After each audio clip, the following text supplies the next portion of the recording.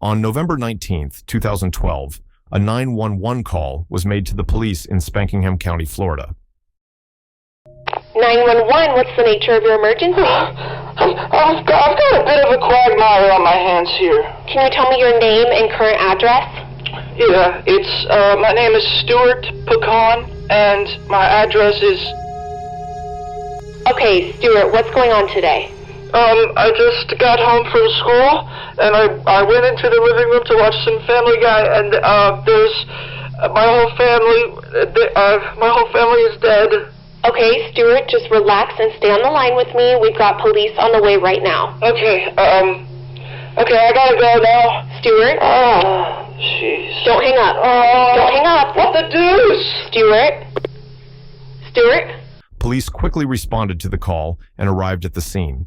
Nothing could have prepared them for the horrific crime scene they were about to encounter.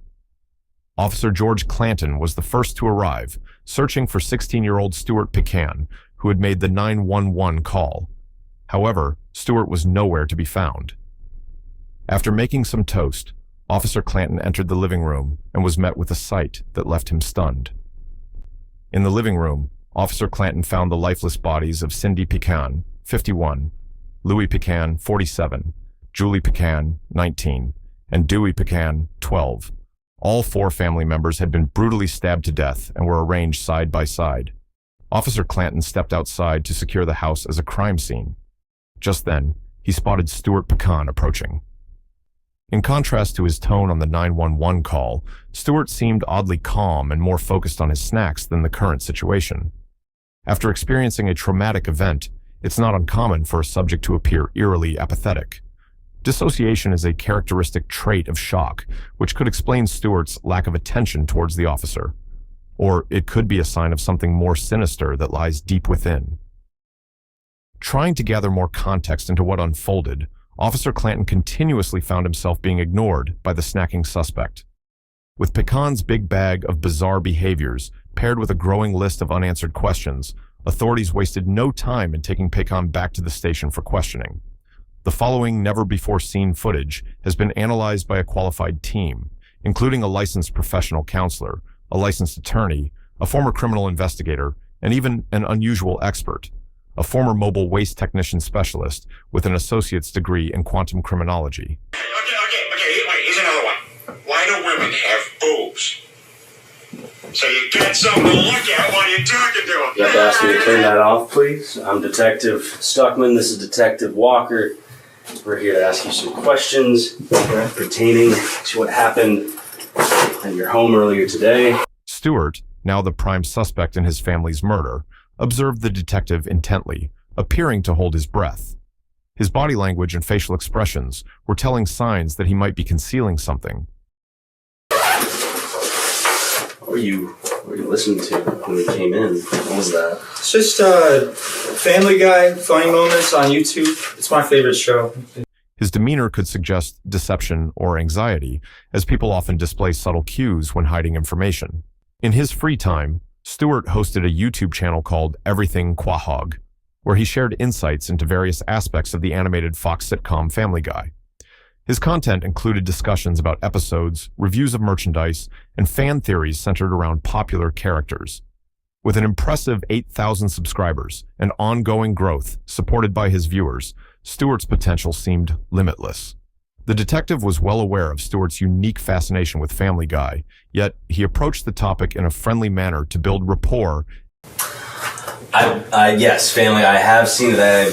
I think that's Peter Griffin, right? Yeah. I haven't seen that particular episode, but I recognize. He's running and he hits his knee on the mailbox and he goes, It's freaking so funny. Detectives Stuckman and Walker maintain a professional demeanor, avoiding laughter that could be misinterpreted as flirtation. Shortly after, Detective Stuckman employs a strategic move by feigning forgetfulness, leaving his water bottle behind, creating an opportunity to leave the suspect alone with the bad cop.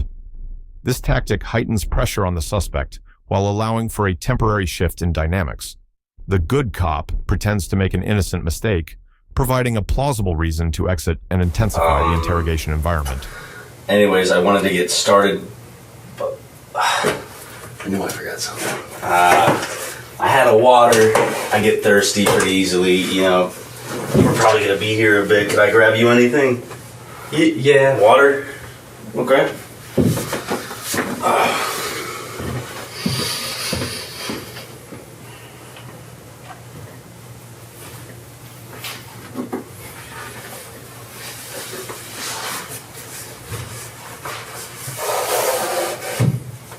Detective Walker now sits with the suspect silently, creating a sense of unease, prompting the suspect to speak first. So am I gonna get to go home today? Detective Walker sits silently with the suspect, creating a sense of unease that prompts the suspect to speak first. So, am I going to get to go home today? So, am I going to get to go home today? Detective Walker strategically employs what is known as the mimic gimmick. Am I? You copying me? Stop! Detective Walker kept this up for an impressive 48 minutes before finally breaking the pattern, and what he does next will drastically escalate the interrogation.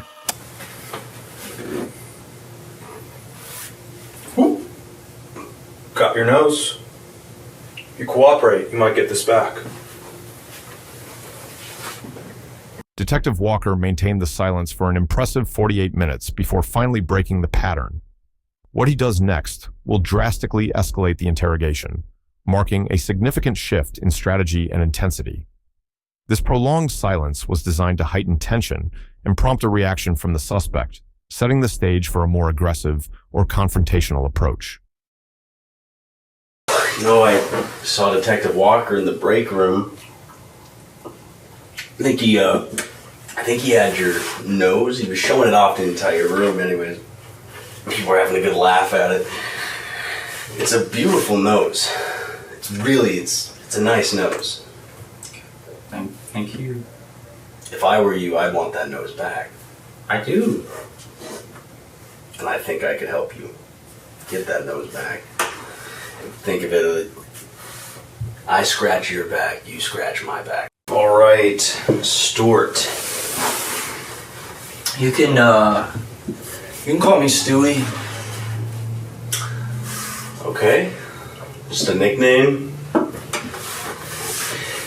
Yeah, I feel like it just fits me better than Stuart. Okay, that's interesting, because if I remember you tried to legally have your name changed to Stewie. Stewie Griffin. Actually, can you tell me a bit about that? Stewie Griffin just felt like it reflected like me as a person more. So I felt like that was me as Stewie Griffin, not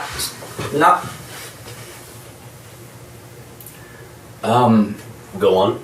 At this point in the interview, Detective Stuckman suddenly craves chocolates. He vaguely remembers having 2 Hershey's Kisses in his desk drawer and leaves the room to retrieve them. The act of searching for and consuming the candies is surprisingly exhausting for him, leading him to take a short nap in his office. Refreshed and revitalized, he returns to resume the interview 2 hours and 36 minutes So I later. started to do the name change, and it took I got 4 months into it, but I had to, my parents at the last minute refused to sign off on it, so Through a Freedom of Information Act request, court documents were obtained, revealing that Stewart had recently attempted to legally change his name from Stuart Pecan to Stewie Griffin. However, this attempt was unsuccessful as both his mother and father declined to sign off on the request. wasn't able to get my name changed. Your parents didn't allow you to change your name. No. Were you upset because of this? I know a lot of people have attachment to their identities, and names being probably the biggest signifier of your identity. Yeah, I was pissed as crap about it. It made me really freaking pissed, but not like I do it. This information highlights Stewart's deep fascination with the Family Guy character Stewie Griffin, further underscoring his unique obsession with the show. What you just witnessed was the near-perfect execution So let's talk about today. So I left school at the last bell, and then I went straight home, and I got home and I opened the front door, and it was really quiet. So I went to go put on some Family Guy in the living room, but then when I walked into the living room, that's where my mom and my dad and my brother and my sister. I want to back up. Of a tactic that only the most skilled detectives dare attempt. Known as the You're saying you left school, last bell rings at 3:20 p.m., right? Well, we have administration saying you signed yourself out at 1:35 p.m. What? So you were not at school. So if you could help me understand. No, that's wrong. I left at the last bell. If they said that, then they just got the numbers wrong. You're asking me to trust your word over the administration of your school. Yes. Why would your name just show up? They freaking lied. I left it at 3:20 when the bell rang. I went straight home. So administration's lying. Yes. Are the cameras lying too?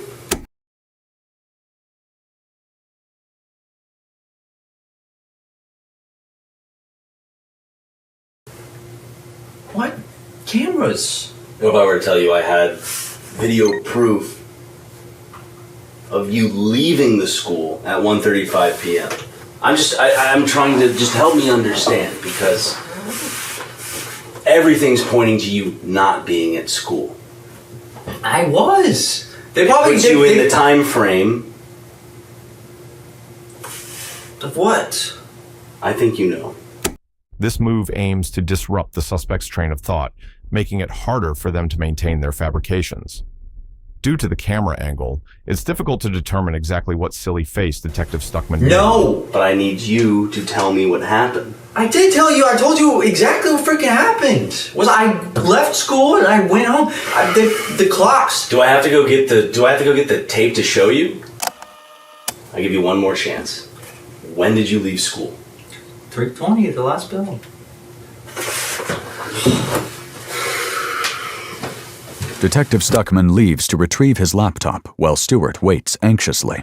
However, Detective Stuckman soon re-enters, seemingly unable to locate his laptop's location. 5 minutes short of 2 hours later, Detective Stuckman returns, laptop in hand. Now, before I show you this video, your story is going to stay the exact same. Yes. You left school when? When the last bell at 3:20. I told you that. If it says on video another time, then the clock setting's probably wrong on the video. Clock settings don't explain this.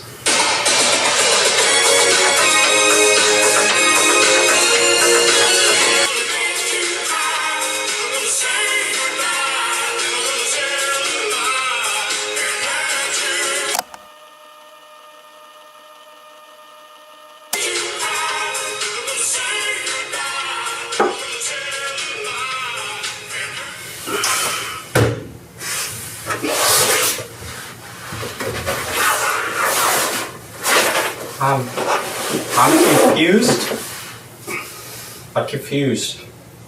Sorry, say that again? I'm confused. Jinx, you owe me a confession. Well, actually,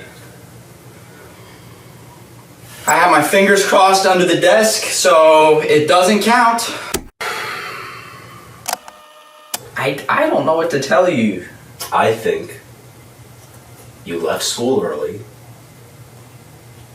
You went home, obviously upset at the fact that you couldn't get your name legally changed. Your parents were keeping you from that. I think you went home, and I think you did something that you regret. You're still sitting here trying to tell me the same story, that you had nothing to do with what happened to your family, that you didn't kill your family. Yeah.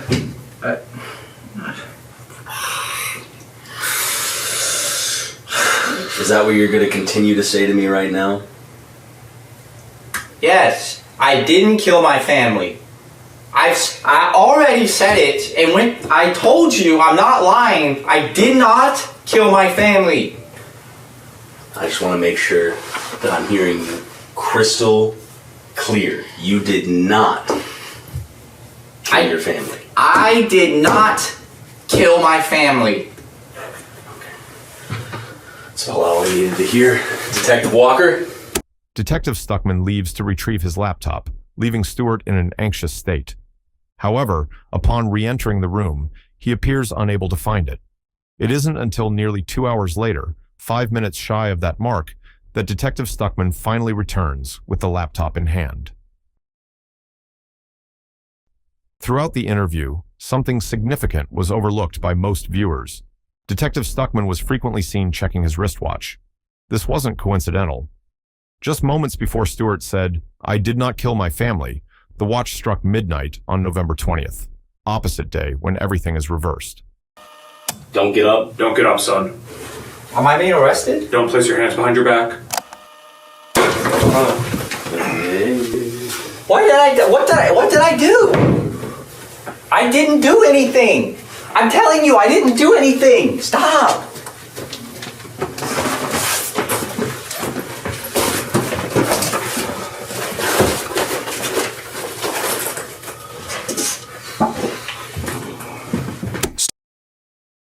Four months later, Stewart's trial commenced. He was ultimately convicted on multiple counts. One count of matricide, referred to here as momicide, one count of patricide, papicide, one count for killing his brother, brothercide, and one count for stabbing his sister to death. Despite being underage, Stewart was tried as an adult and found guilty on all charges by the jury. His sentence consisted of 4 consecutive life terms, with potential parole eligibility after serving 2 life sentences.